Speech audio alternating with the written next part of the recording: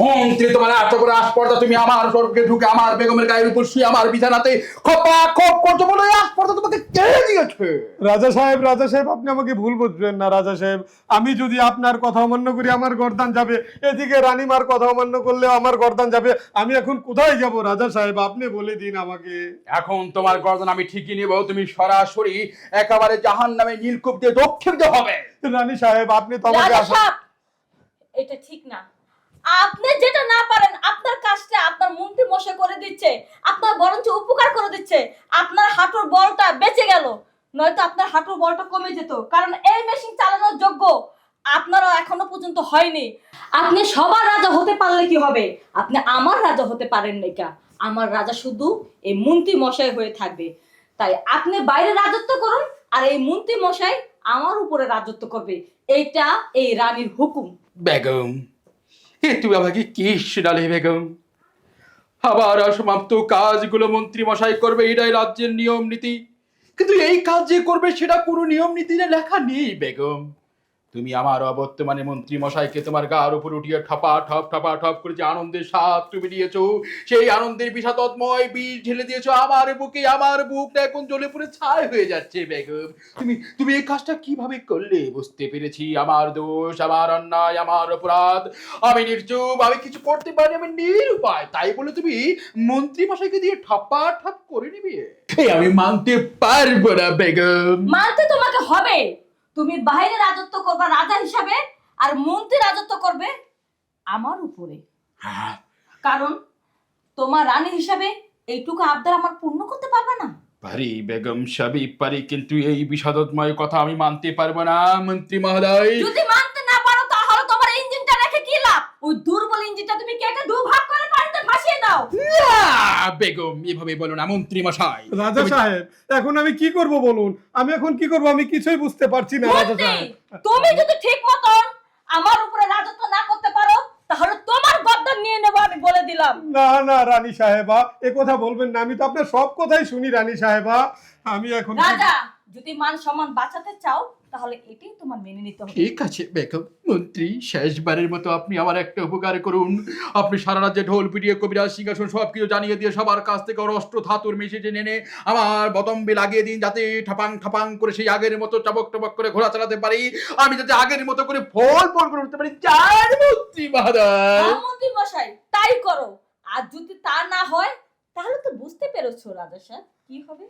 ঠিক আছে, আমি যাচ্ছি রানীমা। জয় হুকুম রাজা সাহেব।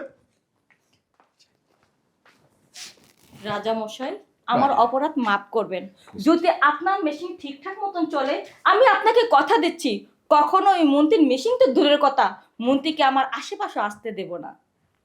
ঠিক আছে বেগম, এবার একটু কাছে এসো, আলিঙ্গন করি। ছাড়ো। এই খাও, এই খাও, খাও। কিসে? তোমার একটা কামের কথা কইলে খালি দৌড় মারো, কারণ কি? হ্যাঁ, কারণ আমার কাজ আছে না। আমি কি সারাদিন তোমার লিয়ে কাজ করুম, খালি সারাদিন তোমার ঘরে খন্দায় পড়ে রাখুম? শুনো, আগে বউরে শান্তি দিবা, তারপর দুনিয়া শান্তি। আমার হাতে তোর পারোই না, তারপর দৌড় মারো। আসো, যাই পারো ঘরে এসে একটু শান্তি দিয়ে যাও আমারে। এত শান্তি সারাটা রাইতে দিছি, এরপর কি তোর শান্তি হয়নি? হ্যাঁ, আমি এত শান্তি করতে পারবো? আমার শৈলী তো ওই সারা রাজ্যে যে শান্তির ঘনা ঘটা, ওই যে- সেই ঘনা ঘটা শান্তির খোঁজ রাখতে হয় এই শান্তিময় শান্তিপুরের রাজা।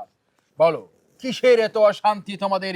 এই রাজ্যের অশান্তি থাকলে যে আমার মনে শান্তি থাকে না। মহারাজ, বল। গোস্তা কি মাফ করবেন? আমার স্ত্রী, আমি বিয়ের পর থেকে তাকে শান্তি দিতে আমি অশান্তি হয়ে গেছি। চুল সব চলে গেছে, কালোর থেকে সাদা হয়ে গেছে, শরীরের জোর নাই। আর কত থাকবে? এই তুমি চুপ করে, আমি কই। মহারাজ, আমি কই বিয়া করছে কে লিগা? সুখ শান্তির লিগা না? কিন্তু সুখ শান্তি না, রাইতেও সুখ দিতে পারে না, দিনেও সুখ দেওয়া তো ওখানে রাইতে দিবার পারছে না। বলতা কইছি একটু দিনে সুখ দাও, একটু ভালোবাসা দাও, আমার একটু শান্তি দাও। পারে না মহারাজ, কি কব, একটা দুর্বল, তার শরীরটা একবারে দুর্বল, পারে না। রাজা। ওটা আর নামে। রাজা শুনছেন? হ্যাঁ, কি লজ্জার কথা। আমার স্ত্রী আপনাকে এইসব কথা বলা কি উচিত? দেখেন কত বড় বদমাইশ। তাকে রাতে সারা রাত আমি চালান করেছি, কিন্তু তার হয়নি, আবার বলে দিনে দিতে হবে। এটা কি কথা? খামোশ! যে কোনো সমস্যায় হোক না কেন সেটা সমাধান তো করতেই হবে এই রাজাকে। আর সমস্যা কোনো সমস্যাই নয়, সেটা তখন আমার কানে বসে গেছে। মহারোগে আক্রান্ত তুমি? আমার রাজ্যে দুর্বল সহন পুরুষ থাকবে, এটা লজ্জাজনক, ন্যাক্কারজনক, একেবারে নির্লজ্জ ব্যাহের মতো কথা। শোনো, আমি আজ যে কোনো ভাবেই হোক তোমাকে পণ্ডিত মশাই পরামর্শ সর্বন্ন হয়ে তোমাকে কবিরাজ বাড়িতে নিয়ে গিয়ে এমন অস্ত্র ধাতুর কেমিক্যাল তোমার গায়ে মেখে দেবো, যার কারণে তুমি নর্মাল থেকে একেবারে হাই টেম্পারেচার উঠে যাবে। তখন তোমার গায়ে আসবে জোয়ানি, আর তুমি ঘোড়ার মতো দামড়ে বেড়াবে এবং টকবক টকবক টকবক করে তোমার স্ত্রীকে আদর শোধন করবে। ওইটাই তো চাই মহারাজ, তাড়াতাড়ি কন, আমি ওই ওষুধটা লাগবো, নাহলে এর থেকে আমার বাঁচা যাইবো না। তুমি এখন রাজ্যের দরবারে চলে যাও, সেখানে গিয়ে পণ্ডিত মশাইয়ের শরাবন্ন হয়ে তারপর কবিরাজবাদী নিতম্ব ঠিকানায় চলে যাও। যাও। আচ্ছা ঠিক আছে।